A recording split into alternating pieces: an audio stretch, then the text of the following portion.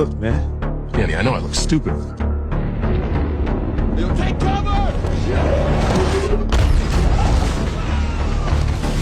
When the smoke finally cleared, a massive yellow robot suddenly rose from the ground, staring at the towering figure before him. The officer was frozen in shock, but the robot quickly sensed danger closing in and bolted deep into the forest. By the time the officer snapped out of it, he ordered his men to give chase, determined to capture it alive and bring it back for study. But the next second, the robot transformed, instantly turning into a military jeep. Under a hail of heavy fire, the robot had no choice but to run for his life. After dodging a grenade from the military, he flipped out a blade from his wrist and sliced through two massive trees, temporarily blocking the soldiers behind him. But it didn't take long before they spotted him again. Just as he tried to duck into a quarry for cover, an armored vehicle slammed right into him, sending him flying. Heavily armed soldiers immediately surrounded him. Bumblebee quickly tried to explain himself.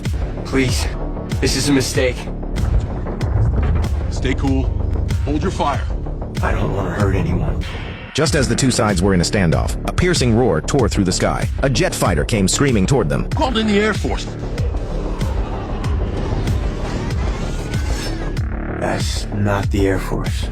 It was none other than Bumblebee's archenemy, Blitzwing, the Decepticons' top enforcer. Run.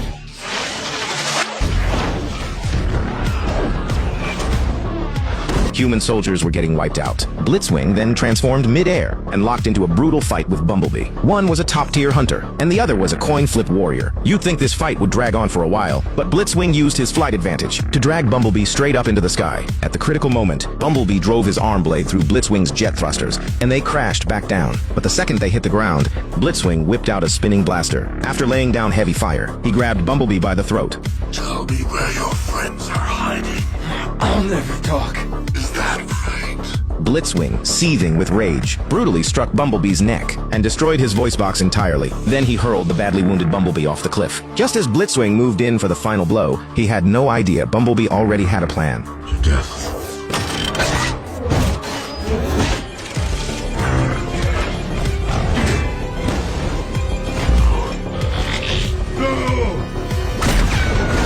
With a deafening explosion, Bumblebee took his enemy down for good. He won the fight, but his core systems were critically damaged. Even his memory module was badly corrupted. In the final moments before his energy ran out, he scanned a yellow Volkswagen Beetle nearby to disguise himself and slipped into a deep hibernation. No one could have imagined that this warrior who once shook the cosmos would end up sitting in a junkyard on Earth, until one girl showed up and set the wheels of fate turning again. Charlie fell in love with this beat-up car at first sight. Sure, it looked like it was about to fall apart, but she still climbed into the driver's seat to check it out. The inside was covered in dust, but she couldn't have been more excited. She didn't have nearly enough money to buy it, but the junkyard owner just gave it to her without a second thought. Charlie drove off in this little yellow car that was barely holding together. To everyone else, buying a wreck like this was absolutely crazy. But what they didn't know was that this car was about to change her life forever. That night, Charlie grabbed her tools and slid under the car to start fixing it. While she was shining her flashlight at the underside, she accidentally triggered something, and a pair of glowing blue eyes lit up beneath the car.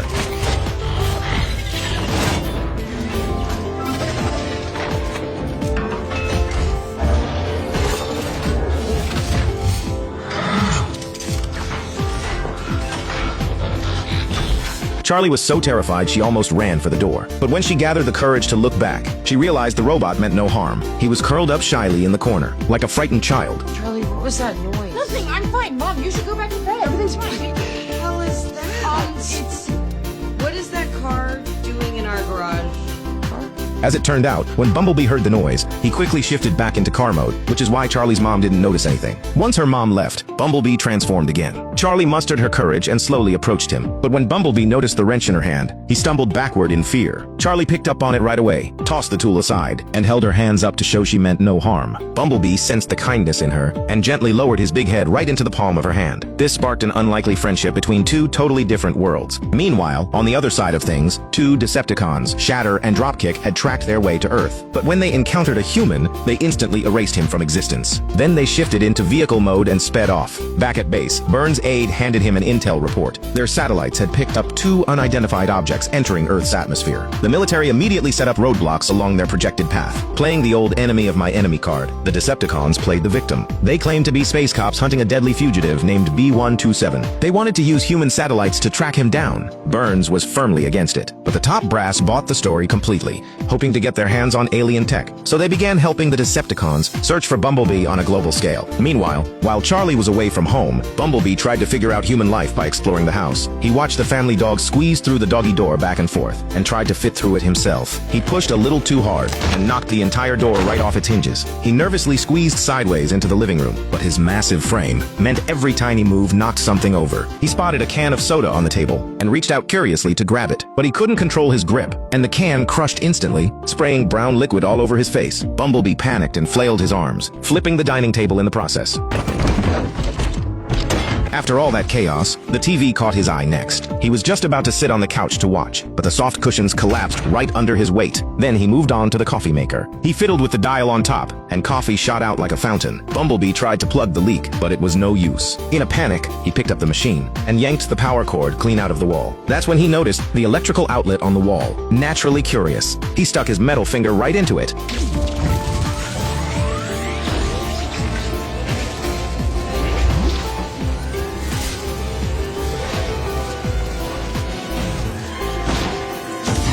And it was exactly this little stunt that let the military satellites pick up the energy spike from his body. Shatter and Dropkick locked onto the signal immediately and raced toward Charlie's house. At the same time, Charlie came home, and when she saw the total wreckage inside, she was absolutely stunned. But looking at Bumblebee's guilty, pitiful expression, she just couldn't bring herself to scold him. To keep her mom and stepdad from finding out, Charlie rushed the walking disaster out of the house. That's when her mom happened to come home. When she saw the state of the place, she went off on Charlie. Charlie tried to explain, but her mom wouldn't even let her get a word in. Heartbroken, Charlie grabbed her friend and took off in Bumblebee, but they hadn't gotten far when Burns and his troops cut them off. To protect Charlie, Bumblebee didn't hesitate for a second. He scooped her up and leapt off the hillside. That instinct to protect, it's what makes Bumblebee feel truly human. The deepest kind of love doesn't need a reason. It's written into the very core of who you are. But right after dodging the military, they ran straight into Shatter and Dropkick. Shatter fired an energy blast that sent Bumblebee flying from the shockwave, and Charlie was thrown clear. He's hiding. There, look out! Why isn't he fighting back? Why don't you fight? Leave him alone, please! The military arrived and hit Bumblebee with an EMP gun. Charlie rushed in to save him, but the massive shockwave knocked her out cold. Just like that, a defenseless Bumblebee was hauled off to a secret military base. Charlie was sent home by Burns, who told her mother to keep an eye on her daughter, and warned them she'd been messing around with a war machine. Charlie pleaded that Bumblebee wasn't dangerous, but in the military's eyes, Bumblebee was a war machine. And in her parents' eyes, her stubbornness was just teenage rebellion. Nobody was willing to stop and listen to the truth. Defeated, Charlie went to her room and stared at a photo of her father. Bumblebee was the only one besides her dad who had ever made her feel like she had family. So she tracked down her friend, Memo, and made up her mind to rescue Bumblebee. Good luck. You two. Get over here. In the dim confines of the secret military base, Bumblebee hung from heavy chains, suspended in the air. The two Decepticons were interrogating him brutally, trying to extract the Autobot's location. But when they found out his memory module was damaged, a furious Dropkick kicked him hard and was about to finish him off for good. But right then, the holographic projector inside Bumblebee suddenly activated on its own. A towering hologram of Optimus Prime appeared in the air. We will fight on. Regroup, rebuild, and retake our home. But we must find refuge first. You will travel to Earth. Once we've gathered the others, we'll join you. You must protect the planet. If the Decepticons find it, then our people are truly finished. Stay safe, soldier. Learning that Optimus Prime would soon arrive, the two Decepticons realized this was their chance to wipe out all the Autobots at once. This is our chance to wipe out the Autobot resistance for good. We'll burn the whole planet to cinders. Meanwhile, the scientist who'd been helping them finally uncovered the Decepticons' true plan. But the moment he got Burns on the phone, Shatter brutally eliminated him, reduced him to nothing. Before leaving, the Decepticons blasted Bumblebee one more time, nearly destroying his energy core. Then they headed for a nearby signal tower. By then, Charlie had made it to the base. Seeing Bumblebee drained of all energy, her heart shattered, but she refused to give up. She spotted a few high-voltage stun guns nearby and decided it was worth a shot. Anything was worth trying. She used them to try to jumpstart Bumblebee. After several powerful jolts, Bumblebee still showed no response. Just as Charlie was about to lose hope, Bumblebee slowly rose beside her, his blue eyes flickering back to life. The energy surge had actually repaired his memory module. He finally remembered who he was. Miracles have a way of happening on that very last try. Without Charlie's stubborn refusal to give up, Bumblebee might have stayed a pile of scrap metal forever. At the same time, Burns arrived at the base with his soldiers. Not knowing the full picture, they opened fire on Bumblebee. Pushed past his breaking point, Bumblebee drew his weapons.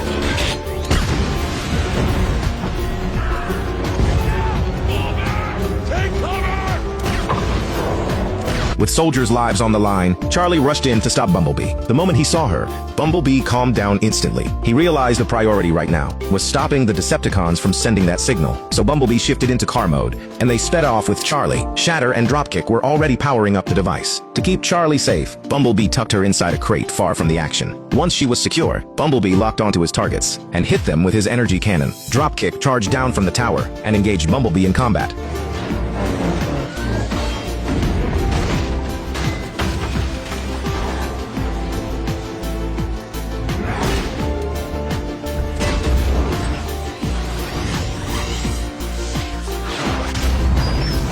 Their fight blew apart the crate Charlie was hiding in, forcing her into the battlefield. Charlie realized that if she could destroy the tower's power cell, she could kill the signal. And a nearby tower structure led straight to where the cell was. She sprinted for the tower. Bumblebee caught on to what she was doing and covered her from behind. Once Charlie started climbing, Bumblebee went all out on the offensive. Losing ground on the surface, Dropkick transformed into a helicopter and rained fire down on Bumblebee from above. But Bumblebee seized the moment and snatched up a chain.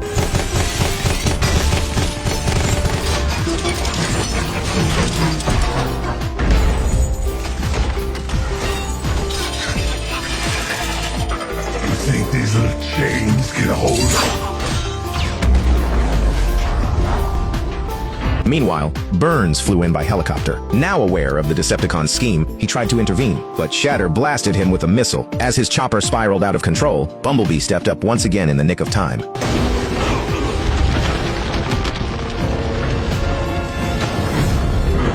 Burns looked at the one who just saved his life, and he finally let go of all his prejudice. By then, Shatter had spotted Charlie up on the tower. Just as Shatter transformed into a jet and closed in, Bumblebee nailed him with a dead-on energy blast, knocking him out of the sky. The two locked into a vicious brawl. Charlie, meanwhile, pulled the power cell out of the tower. A furious Shatter aimed an energy cannon right at Charlie, but Bumblebee tackled Shatter to the ground. The gap in power between them, though, left Bumblebee completely outmatched. Just as Shatter was about to deliver the final blow, Bumblebee suddenly raised his arm and fired an energy blast at the dam behind them. The dam burst, and water came roaring in. A massive cargo ship came surging toward them on the floodwater. Bumblebee locked his arms around Shatter, ready to go down together.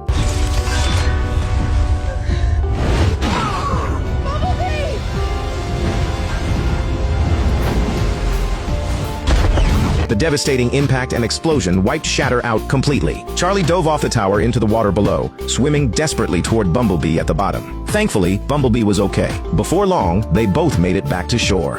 You need to get out of here. What do you mean? I mean, my friends are coming. And they're gonna be looking for him. Thank you. Thank you.